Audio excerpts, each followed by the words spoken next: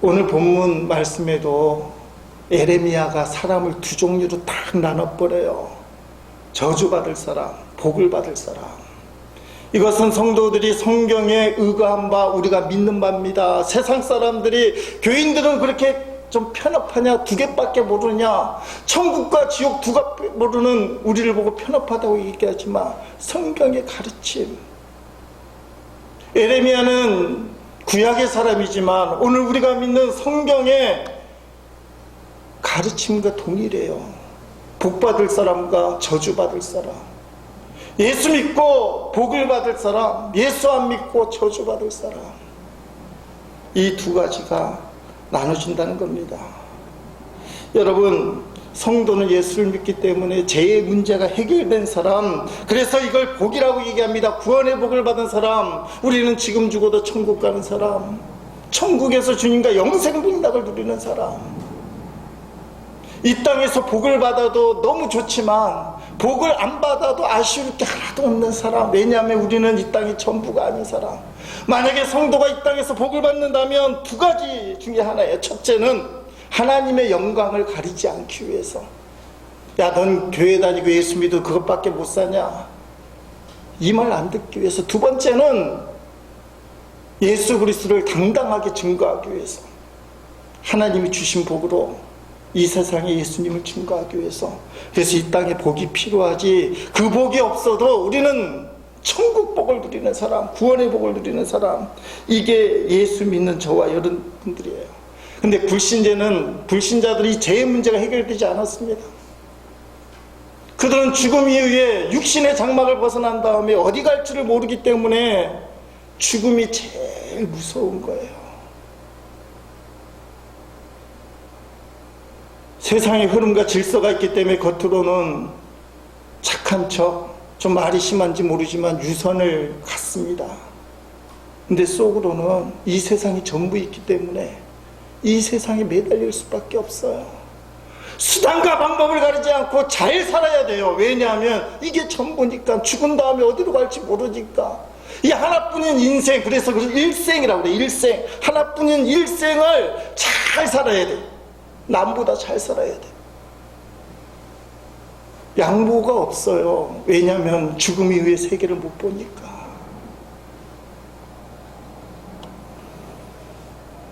예수 믿는 성도는 예수님 우리 안에 들어와 계실 때, 예수님을 구주로 고백할 때 하나님을 아버지라 불러요.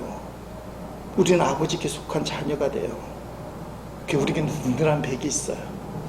어떤 일이 닥쳐도 우리 아버지가 계셔요. 우리 큰아들이 다 컸는데요, 동원예비군 처음 갔다 왔는데 진례에서 전화가 오는 겁니다. 제가 이제 장가가 둘 나이인데, 근데 집에 오려고 하니까 특별히 올 게 없어요. 택시 타고 올 수도 있지만 아빠가 갈까요? 시간이 되니까 데리러 가는 거예요. 멀지도 않고. 아버지니까. 더 멀리도 시간이 되면 가는 거죠. 아버지니까. 제가 바빠서 얘기할 시간도 없는데 데리고 오면서 얘기도 나누고. 그게 아빠 마음이 그래요. 쟤도 그냥 전화하는 거예요. 택시 타고 갈 수 있지만, 아버지 동원예비군이 끝났습니다. 데리러 오란 말이잖아요. 아버지가 있어요. 아버지. 예수 믿는 성도는. 그런데 예수를 믿지 않게 되면 그 사람은 고아와 같아요. 부모님이 계시지만 부모님도 천국 가고 지옥 갈지 모르지만 부모님이 이 땅에 안 계신 사람은 자기밖에 없어요. 어디 의지할 데도 없고.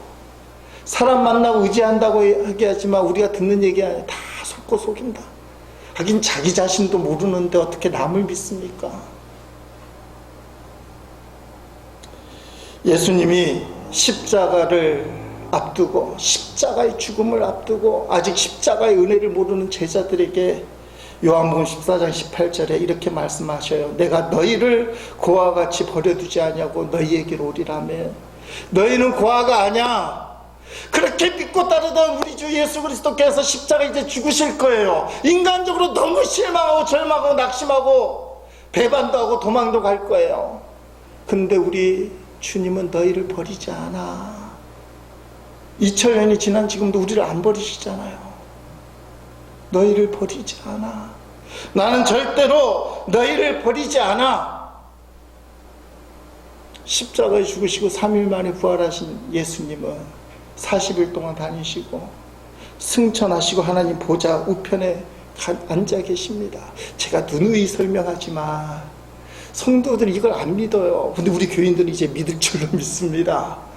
아니, 과학적으로 물리적으로 우주 어디에 하나님이 계시고 천국에 계시고 하나님 보좌가 있고 그 보좌 우편에 예수님이 계시느냐?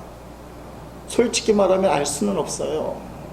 그거 찾아내려고 천체망원경으로 뒤지는 분들이 실제로 존재해요. 천국이 우주 어디에 있다. 근데 여러분, 그게 안 믿어집니까? 성경에 기록되어 있고 일관되게 하나님 보좌 우편에, 제가 설교 때마다 많이 말씀드렸잖아요. 성경 곳곳에 하나님 보좌 우편에 예수님이 계시다, 천국이 계시다, 그게 있는 거예요. 하나님 보좌 우편에 계신 예수님이 너희를 고아와 같이 버려두지 않고 내가 너희와 함께 하겠다, 이 말을 이제 교리적인 설명이 좀 필요해요.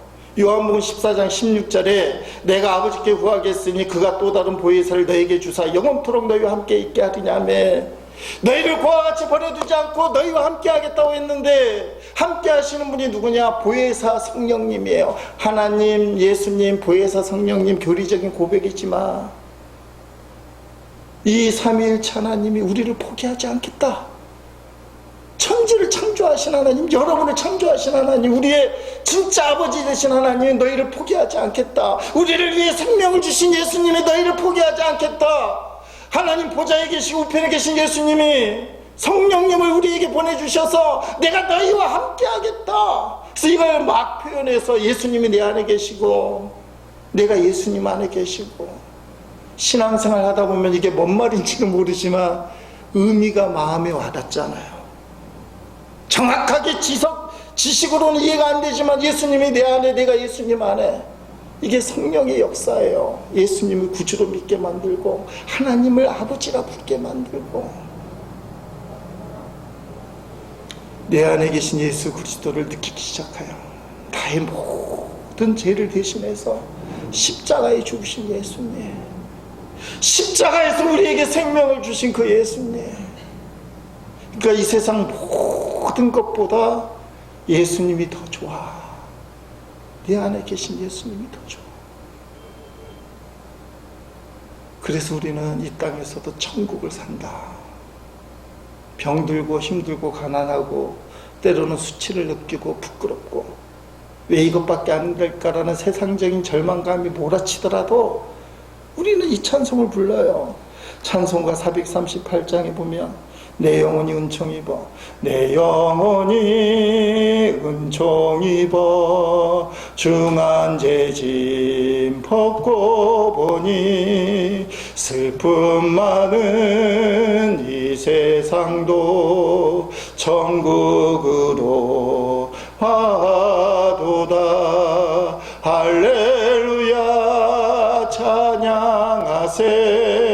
내 모든 죄 사함받고 주 예수와 동행하니 그 어디나 하늘나라. 아멘. 천국 가서 거기서만 주님 품에 거하는 것이 아니라 이 땅에서 제사함 받은 주님과 동행하니 여기가 천국이다, 여기가 평안이 있다. 그래서 오늘의 절망을 이길 힘이 내 안에 계신 예수님에게 있는 거예요. 내 안에 계신 예수님이 없는 사람은 상황이 흔들려요. 상황이 흔들려요. 문제에 깨집니다. 근데 내 안에 예수님이 계신 사람은 흔들림이 없어요. 큰 문제가 닥쳐도 깨지지 않아요. 더 강하게 일어섭니다. 본문 에레미야가 활동한 시기는 주전 722년 북이스라엘 멸망한 그때부터 남유다라고 586년 이스라엘이 역사에 보면 갈라질 때가 있어요. 우리 남북처럼 이 갈라진 시대에 북이스라엘 먼저 멸망하고 남유다가 주전 580년에 멸망했는데 그 중간 시대 600년대쯤에 활동하던 그런 선지자입니다. 근데 나라 상황이 참 힘들었어요. 남유다의 상황이. 북이스라엘을 멸망시킨 아수르가 강력하게 역사하고, 물론 나중에는 바벨론이 나와서 남유다를 멸망시키지만 여전히 남쪽에는 강력한 나라 애굽은 이 중동 역사에 있어서 늘 강한 나라로 부각이 되는 거예요. 아니 아수르도 눈치 봐야 되고 애굽도 눈치 봐야 되는 그 시대. 오늘날로 치면 우리 대한민국이 중국의 한마디에 흔들리고 미국 한마디에 흔들리는 것처럼 이거 어떻게 해야 되지 하는 그 시대. 그런데 여러분, 남유다는 하나님을 믿는 백성이었다. 우리가 알다시피 하나님이 세운 나라잖아요. 하나님이 선택한 민족, 하나님이 부르신 사람들. 이 사람들이 상황이 위태위태해지니까 하나님을 선택하기보다 세상을 선택하고 세상을 의지했다. 그게 오늘 본문에 나와 있는 5절 6절 말씀이에요. 여호와께서 이와 같이 말씀하시느니라. 무릇 사람을 믿으며, 지금 남유다가 얘기하는 거예요. 남유다에게 사람을 믿으며 육신으로 그의 힘을 삼고 마음이 여호와께서 떠난 그 사람은 저주를 받을 것이다. 너희가 하나님 믿는 하나님의 백성인데 하나님을 의지하지 않고 사람을 믿으며 육신, 자신의 힘, 지혜, 판단을 믿으며 그걸 힘으로 삼는 너희는 저주를 받을 것이다. 그는 사막의 떨기나무 같아서 좋은 일이 오는 것을 보지 못하고 광야, 간조한 곳, 건건한 땅, 사람이 살지 않는 땅에 살리라. 아멘. 에레미야 선지자는 눈물의 선지자인데 눈물을 절절절절 흐르면서 이스라엘 백성들에게 아무리 상황이 어렵고 힘들어도 하나님을 믿어야 됩니다. 오직 하나님만을 의지해야 됩니다. 그렇게 외치는데요, 세상이 이렇게 급하니까 하나님보다 세상 방법이 먼저 눈에 들어오는 거예요. 결국 바벨론에 의해 무참히 멸망당합니다. 에레미야 말씀을 나누면서 계속하는 이야기입니다만, 에레미야 시대 때 남유다가 예배를 안 드리는 사람입니까? 기도를 하지 않는 사람입니까? 말씀대로 안 살려고 하는 사람입니까? 아니에요. 여전히 율법을 들고 하나님 앞에 예배를 드리고 기도를 하고 말씀을 붙들고 있었어요. 근데 문제가 뭡니까? 진짜 말씀을 붙들고 있느냐? 진짜 하나님을 믿고 있느냐? 진짜 기도하고 있느냐? 그 차이예요. 겉으로는 평범하게 일상적인 종교행위가 다 이루어지지만 그들 속에는 살아계신 하나님에 대한 믿음이 없어요.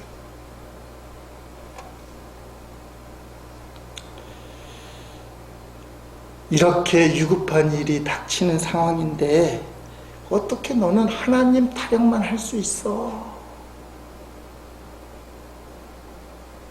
하나님 누가 의지 안 해? 다 의지하고 기도해. 그런데 어떻게 하나님이 일일이 이런 일들을 다 간섭하고 그래? 사람인 우리가 할 일은 우리가 해야지. 스스로 할 일은 우리가 해야지. 그것부터 하고 나서 하나님이 도와달라고 해야지. 너는 어떻게 처음부터 끝까지 하나님 타령만 하고 하나님께 맡기라고 그래. 요 근래 현대에 사는 우리 버전으로 얘기하면, 야, 교회에 다녀도 적당히 다녀. 적당히 미쳐야 돼. 교회에 빠지면 큰일 나.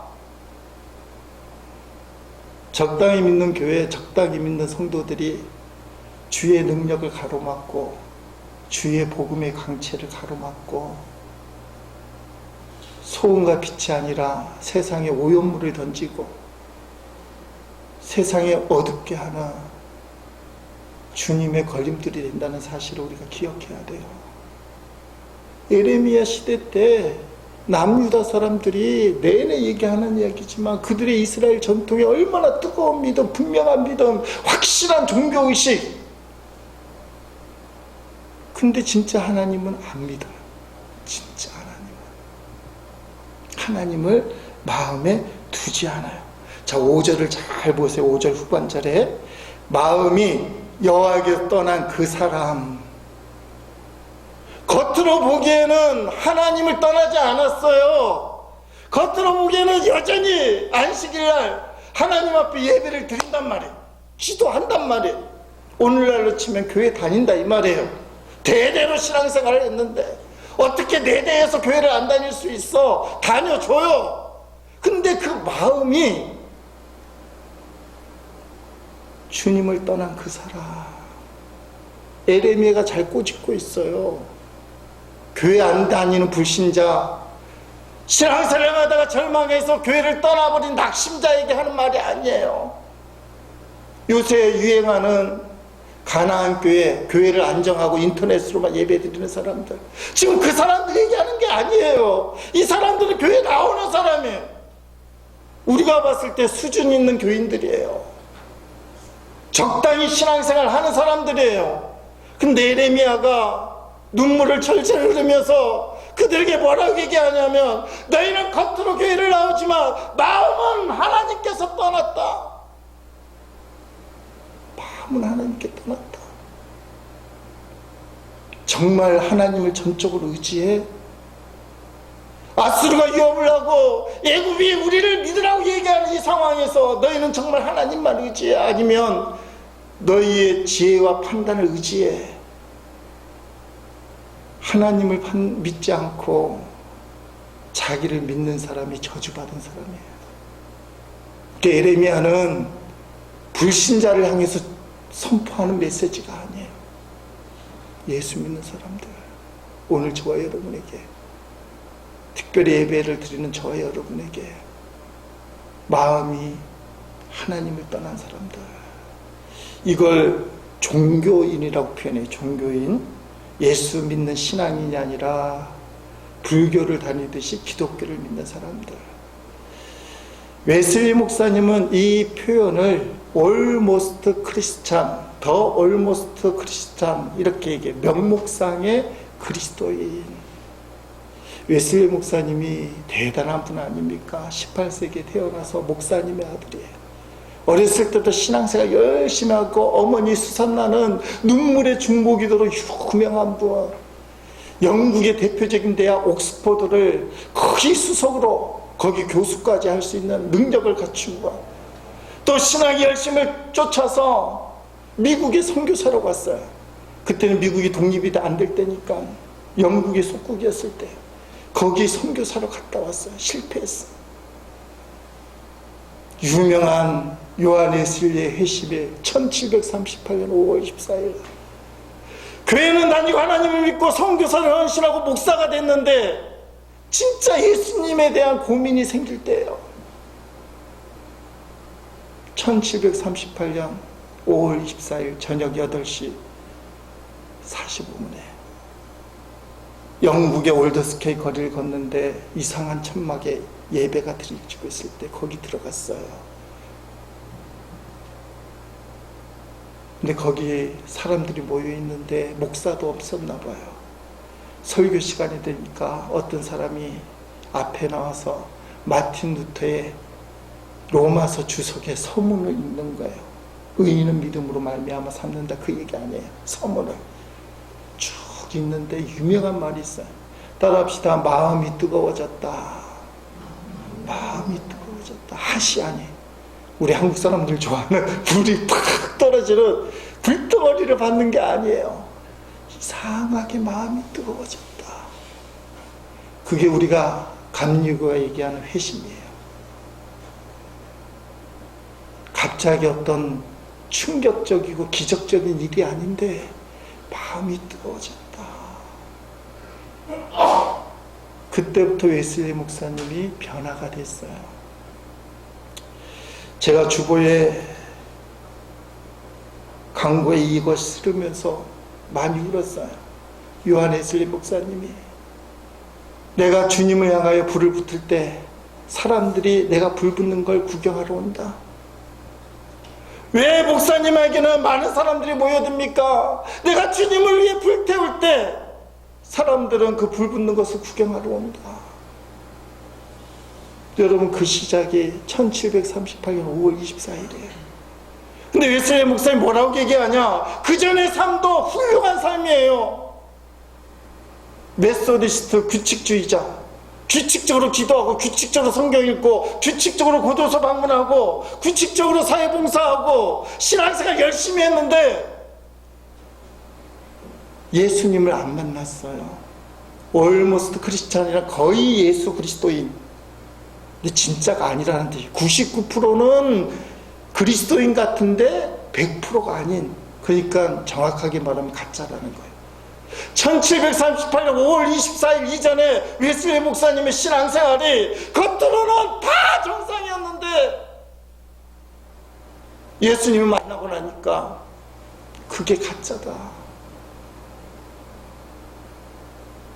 이게 감리교의 정신입니다. 겉으로만 그럴듯하게 모든 걸 하는 게 신앙생활이 아니라는 거예요. 진짜 예수님을 만나고 예수님이면 어떻게 하실까?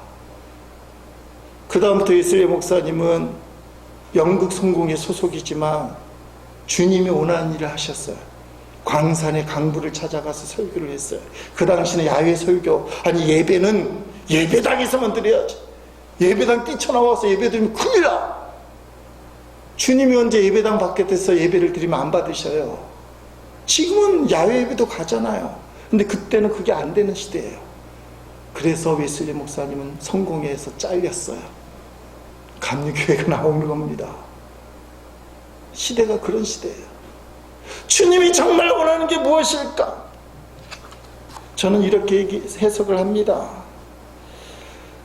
주님을 붙들려고 무진장 애를 쓰는 거, 이게 중요한 신앙의 태도예요. 근데 이거는 올모스트 크리스찬이에요. 진짜 예수를 만나면 주님께 온전히 붙들리는 사람.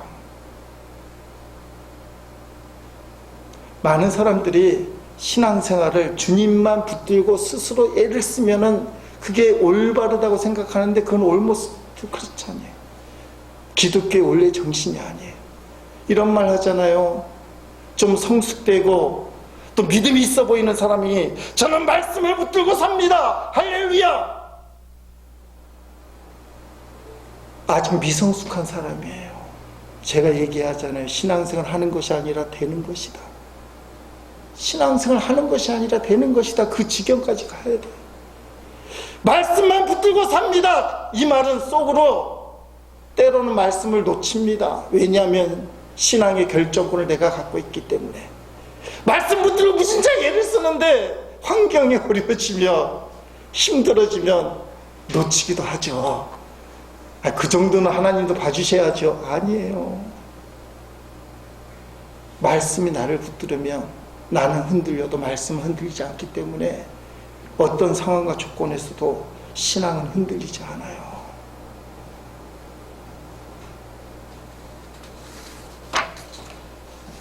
신앙의 중심이 자기 자신이냐, 주님이냐, 주님이 나를 붙들고 계심을 느끼느냐. 생명의 삶 2번호 91쪽에 이런 예화가 있잖아요. 신학교 졸업장에서 학생 대표가 성경을 들고 졸업식에 가서 인사를 합니다. 교수님들, 우리는 이 성경을 붙들고 있기 때문에 열심히 할 겁니다. 안심하십시오. 그렇게 얘기했어요. 근데 설교를 맡은 교수님이 앞에 나와서 제군의 말씀을 붙들고 살겠다는 것은 정말 좋은 결심이네. 그러나 진정한 승리를 경험하기 위해서는 제군이 말씀을 붙드는 것이 아니라 말씀이 제군을 붙들어주는 경험이 필요하네. 그때 제군은 진정 하나님의 사람으로 살아갈 것이네. 신학생활 호기 있게 저는 말씀을 붙들기 때문에 잘 할 겁니다. 교수님은 그게 아니라는 거예요. 말씀이 너를 붙들고 있는 걸 느낄 때 흔들리지 않는 신앙생활. 그 밑에 해석이 쭉 나와요. 어렵고 힘들 때 그 말씀 때문에 고난을 벗어난 사람은 하나님의 역사가 얼마나 귀한지, 하나님의 절대 주권이 얼마나 능력이 있는지 그걸 기억하고 흔들림 없이 신앙생활을 할 수 있습니다.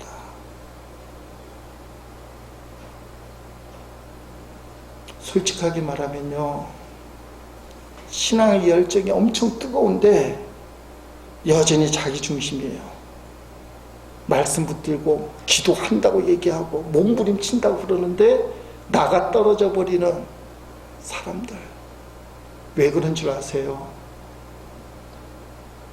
주님께 붙들림 받으지 못했기 때문에 그래요. 시퍼렇게 자기가 살아있어서 주님이 그 사람을 어떻게 할 수가 없어요. 그래서 우리가 보기에는 인간적으로 너무 신앙이 뜨거운데 그 사람은 어느 순간에 떨어져 나가버려요.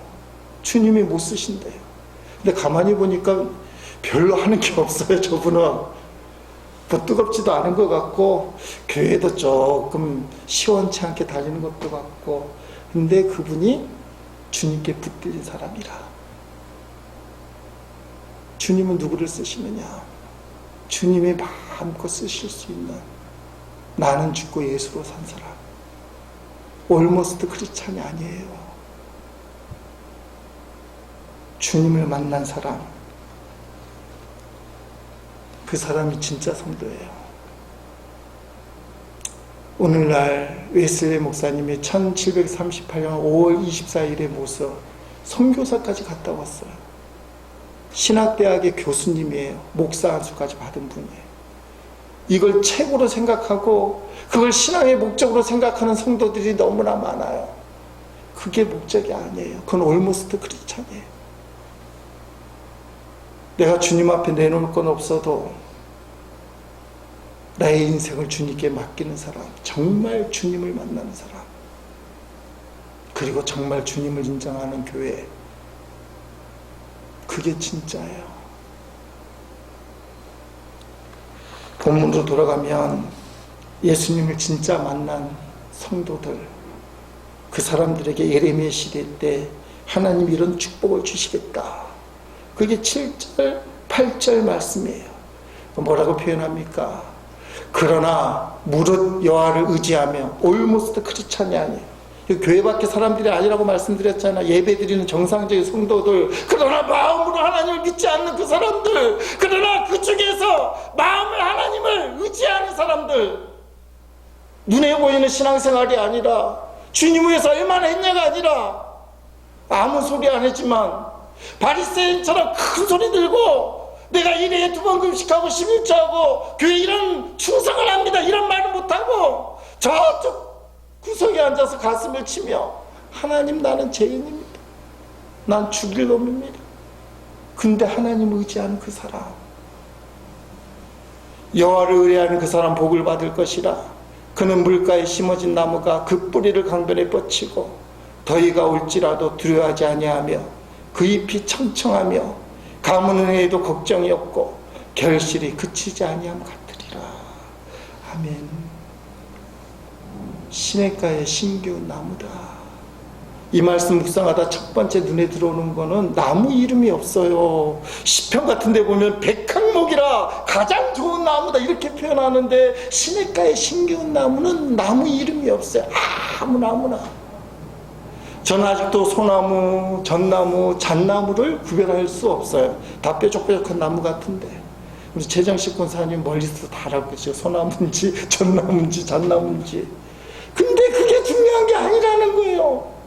시냇가에 심겼다가 중요해요. 큰 나무든 작은 나무든 볼품이 있는 나무든 없는 나무든 시냇가에 심긴다. 이 말은 하나님은 시냇가에 어느 나무든지 차별 없이 그대로 심긴다. 교회는 어떤 사람이든지 차별 없이 그대로 다니는 것이다.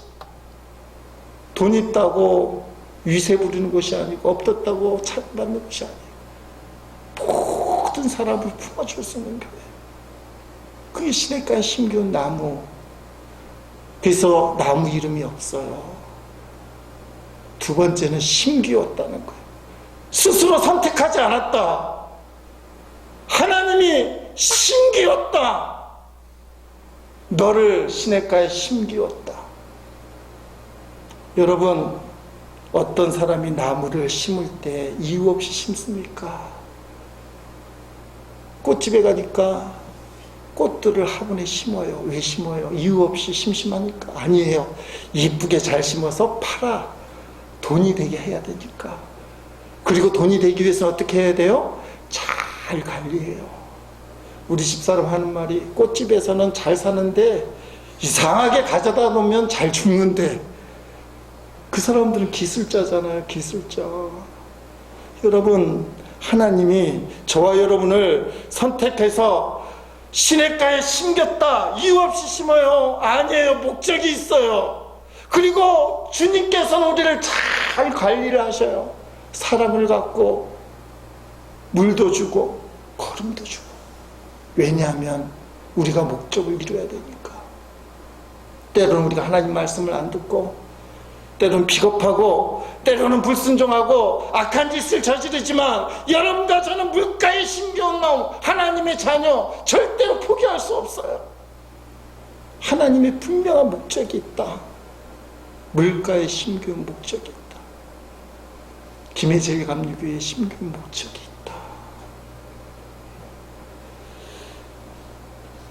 어떤 축복을 받습니까? 뿌리를 강변에 뻗치고 더위가 올지라도 두려워하지 아니하며 그 잎이 청청하며 가무는 해는 걱정이 없고 결실이 끝이지 아니한 같으니라며. 그런데 여러분, 시편 말씀과 다르게 에레미야에도 그 시대에 맞는 복선이 하나 딱 깔려 있어요. 하나님의 놀라운 축복. 잎이 청청하고 가무는 해도 걱정이 없고 결실이 끝이지 않기 위해서는 조건이 하나가 딱 붙어요. 저거 없으면 좋겠는데. 그 뿌리를 강변에 뻗치고. 에레미야가 이 말을 할 때 아마 울었을 것 같아요. 지금 고르는 거예요. 기도원의 용사가 10,000명이 모였다, 5,000명이 모였다, 결국 300명으로 줄이는 것처럼 교회에 나오는 사람들 중에서 마음이 하나님을 떠난 사람들, 올모스 크리스찬 다 재우고, 그 다음에 하나님께 복을 받는 사람, 마음을 하나님께 의지하는 사람인데요. 근데 그 중에서 또 곤란해요. 어떤 사람요? 뿌리가 강변에 뻗친 사람. 물가에 심겼는데 뿌리가 물에 안 닿아요. 겉으로 보기엔 물가에 심겼는데 뿌리가 물에 안 닿아요. 그러면 소용이 없어요. 저는 이 말씀 묵상하다가 이 말씀까지 꼭 하셔야 됩니까? 17장 13절 말씀이에요. 이스라엘의 소망이신 여호와여, 무릇 주를 버리는 자는 다 수치를 당할 것이라. 무릇 여호와를 떠난 자는 흙의 기록이 되오리니 이는 생수의 근원이신 여호와를 버림이니이다. 아멘. 시냇가에 심겨온 나무인데 생수의 근원이신 하나님께 뿌리를 내리지 못했다.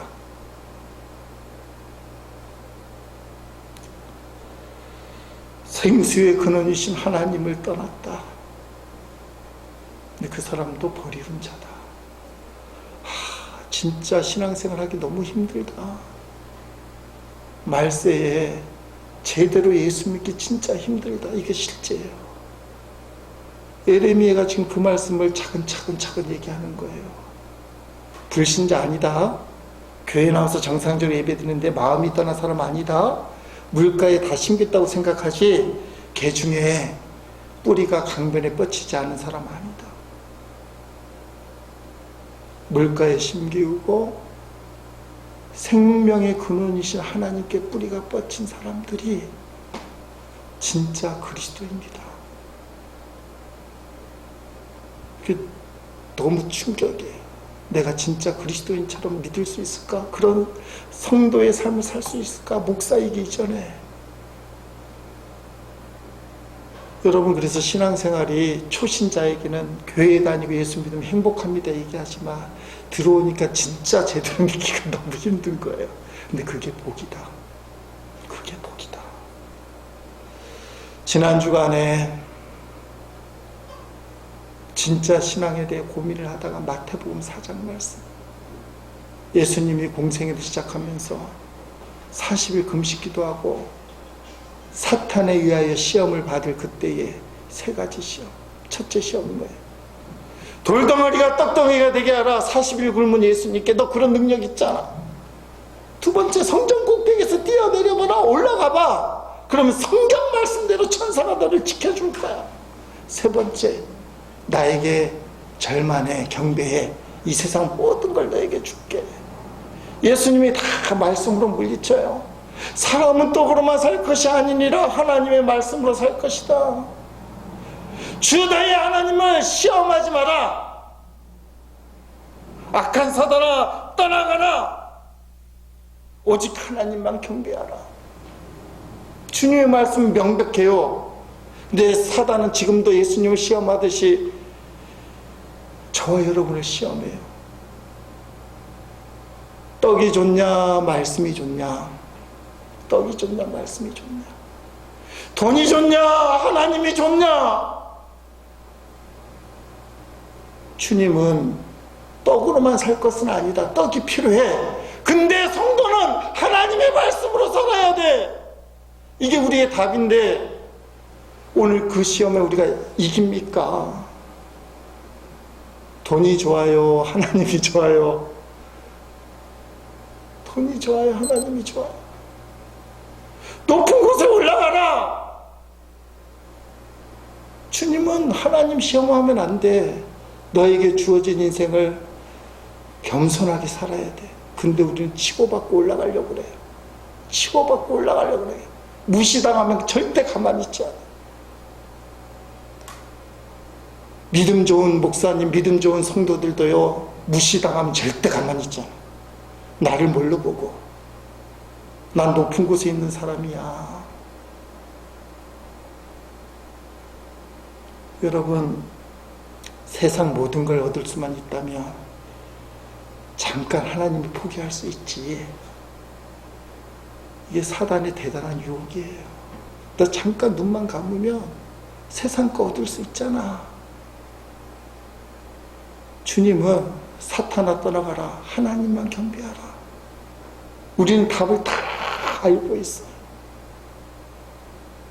근데 진짜 성도는요, 주님 말씀대로 주님만 붙드는 사람이에요. 말씀만. 어떤 일이 있어도 교만하지 않고 주님 뜻대로만. 세상 것을 억만금을 줘도 난 주님을 바꿀 수 없어. 이게 성도인데. 돈이 좋아. 날 무시하면 난 가만 안 있어. 잠깐 눈 좀 감으면 세상 거 없잖아. 그거 갖고 주의를 하면 돼. 이게 너무 팽배해 있어요. 이게 정상인 것처럼. 여러분, 오늘 축복의 말씀이에요. 축복의 말씀. 물가에 심어진 나무. 근데 그 이면을 들여다보면 진짜 신앙을 갖고 있느냐? 진짜 주님만 붙들고 있느냐? 설교를 이빠른 설교할 수 있습니다. 예수 안 믿으면 이런 저주 받아요. 예수 믿으면 봐요. 이런 축복 받아요. 이렇게 설교를 깔끔하게 할 수 있어요. 근데 에레미야는 그걸 못하는 거예요. 에레미야는 그걸 못하는. 그래서 사람들한테 돌 맞는 거예요. 에레미야 설교하면서 축복 설교하니까 너무 힘든 거예요. 에레미야는 하나님 말씀 전하다 돌 맞았는데. 사랑하는 성도 여러분, 주시는 말씀이에요. 도망가지 못하는 하나님의 메시지. 정말 나는 주님을 붙들고 있는가? 주님이 붙들면 세상 염려, 걱정, 근심이 우리를 흔들 수가 없어요. 아무 염려하지 않게 돼요. 오늘 모여 예배하는 우리 성도들, 왜 나무가 가지가 하늘을 향하여 뻗어 있습니까? 자기 능력으로 살지 못하니까 못 움직이잖아요. 하늘에서 비를 줘야 되고 태양이 빛을 비춰야 되고. 그래서 가지는 하늘 향하여 손을 드는 거예요. 성도도 마찬가지예요. 내가 신앙생활 제대로 할 수 없어요. 주님이 하게끔 해주셔야 돼요. 그래서 우리 기도의 손 높이 들어요. 나무처럼 주님 내게 힘을 주소서. 내가 주님만 붙들고 살게 하소서. 물가에 심기운 나무, 하나님의 그 축복, 정말 주님이 나의 모든 것이 된다는 그 고백으로 축복을 누리는 우리 제1의 모든 식구들 되기를 주의 이름으로 축복합니다.